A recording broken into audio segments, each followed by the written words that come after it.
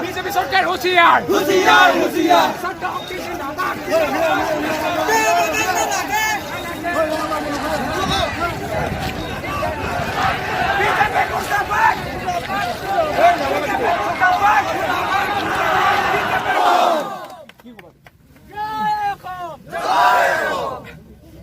আমি বাক্সা পলিটেকনিকৰ ষ্টুডেণ্টে আজি আমাৰ সেমিষ্টাৰ এক্সাম আছিল